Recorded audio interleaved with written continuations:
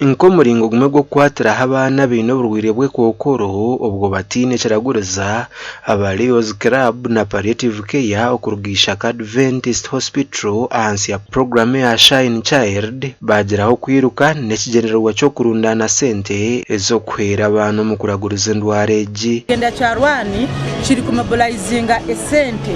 tufune transport ekutwara abana mbarara obuhereza n'obwabusa chonka abazire nibaba takubasa kuzayo abakwantu nitubantu yamba abana ba mitoma shenyi mbwezu so nibareba transport region ni nyingi kandi abamabana nibani babenda every week for the first 2 months abana babenda every 2 weeks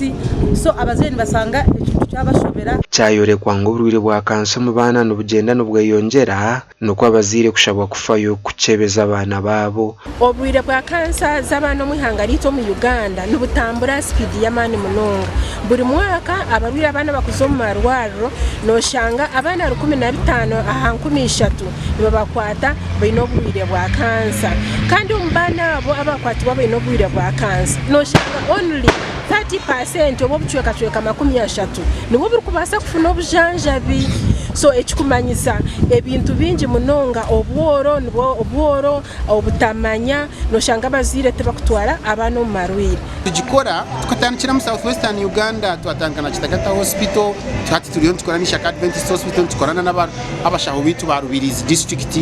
district za Southwestern Uganda yona abana bari ya program yitu barenga abana nkaga tukatwasika nkaga n'abana